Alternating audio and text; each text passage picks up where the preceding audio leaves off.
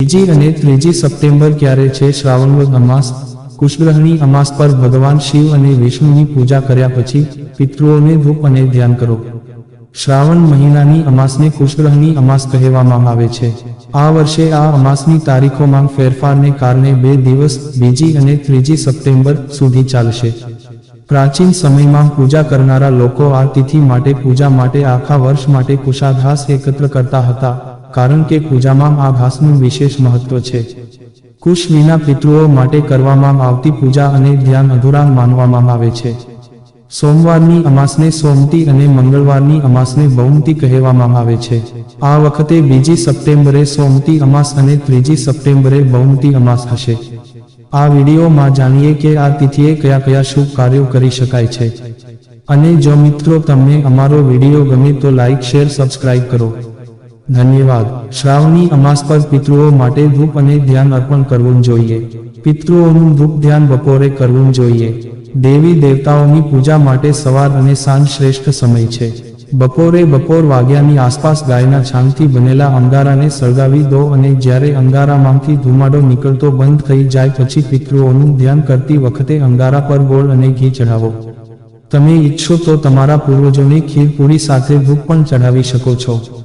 ધૂપ અર્પણ કર્યા પછી હથેળીમાં પાણી લઈને અંગૂઠાથી પિતૃઓને અર્પણ કરો.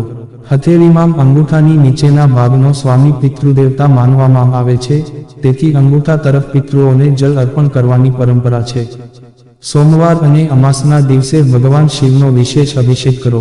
ભગવાન શિવને જલ અને દૂધ અર્પણ કરો અને ઓમ નમઃ શિવાય મંત્રનો જાપ કરો.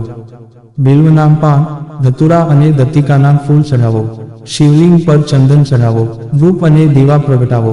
મીઠાઈઓ અર્પણ કરો.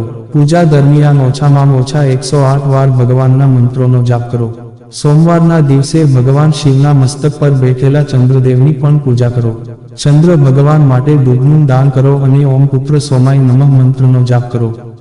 મંગળવાર અને અમાવસ્યાના દિવસે મંગળની વિશેષ પૂજા કરવી જોઈએ. મંગળની પૂજા શિવલિંગના રૂપમાં કરવામાં આવે છે. શિવલિંગ પર જલ અને દૂધ અર્પણ કર્યા પછી લાલ ગુલાલ, લાલ ફૂલ, લાલ વસ્ત્ર અને લાલ મસૂરની દાળ ચઢાવો અને ઓમ અંગારકાય નમઃ મંત્રનો 108 વાર જાપ કરો. મસૂરની દાળ, લાલ વસ્ત્ર જેવી મંગળ સંબંધિત વસ્તુઓનું દાન કરો. અમાસ પર જરૂરિયાતમંદ લોકોને પૈસા, અનાજ, કપડાં અને ચપ્પલનું દાન કરો. ગાયના આશ્રમમાં ગાયોની સંભાળ માટે પૈસા દાન કરો. સોમતી અમાસનું મહત્વ. તમામ અમાસમાં સોમતી અમાસનું વધુ મહત્વની માનવામાં આવે છે. સોમતી અમાસના દિવસે સ્નાન અને દાનની સાથે પિતૃપૂજન પણ કરવામાં આવે છે, તેથી આ દિવસે પિતૃઓના આશીર્વાદ પ્રાપ્ત થાય છે અને પિતૃદોષમાંથી મુક્તિ મળે છે. જ્યોતિષ શાસ્ત્ર અનુસાર સોમતી અમાસનો દિવસ ગ્રહ દોષ, પિતૃદોષ, નાગદોષ અને કાલસર્પ દોષ વગેરેથી મુક્તિ મેળવવાનો શ્રેષ્ઠ દિવસ છે. આ ઉપાય કરવાથી કાલસર્પ દોષમાંથી મળશે રાહત. ધાર્મિક માન્યતાઓ અનુસાર અમાસના દિવસે પવિત્ર નદીમાં સ્નાન કરો અને ભગવાન શિવની પૂજા કરો. ભગવાન શિવની પૂજા કર્યા પછી વહેતી નદીમાં ચાંદી અથવા તાંબાથી બનેલા સાપ અને નાગની જોડી વહાવી દો અને કાલસર્પ દોષથી મુક્તિ માટે પ્રાર્થના કરો. એવું માનવામાં આવે છે કે આમ કરવાથી કુંડળીમાં હાજર કાલસર્પ દોષમાંથી મુક્તિ મળે છે. જ્યોતિષ શાસ્ત્ર અનુસાર કાલસર્પ દોષથી મુક્તિ મેળવવા માટે અમાસના દિવસે પવિત્ર નદીમાં સ્નાન કરો અને ભગવાન શિવને ગંગા જળથી અભિષેક કરો. આ પછી શિવ ચાલીસાનો પાઠ કરો. જો મિત્રો તમને અમારો આ વિડીયો પસંદ આવ્યો હોય તો લાઈક, શેર, સબસ્ક્રાઇબ કરવાનું ભૂલશો નહીં. આવા નવા વિડીયો જોવા માટે અમારી YouTube channel Gujarati Hindi motivational સ્ટોરીને સબસ્ક્રાઇબ કરો. બાજુમાં રહેલ બેલ બટન ક્લિક કરો તેથી તમને અમારા નવા વિડીયોની નોટિફિકેશન મળે. ધન્યવાદ.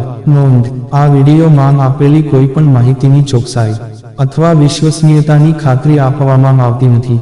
આ માહિતી જ્યોતિષ, પંચાંગ, માન્યતાઓ અથવા ધાર્મિક ગ્રંથો જેવા વિવિધ માધ્યમોમાંથી એકત્રિત કરવામાં આવી છે અને તમારી સમક્ષ રજૂ કરવામાં આવી છે. અમારો ઉદ્દેશ્ય માત્ર માહિતી પૂરી પાડવાનો છે. Gujarati Hindi motivational story YouTube channel તેની સત્યતા અને સિદ્ધ હોવાની અધિકૃતતા આપી શકતા નથી. કોઈ પણ રીતે તેનો ઉપયોગ કરતા પહેલા કૃપા કરીને સંબંધિત નિષ્ણાતની સલાહ અચૂક લેવી.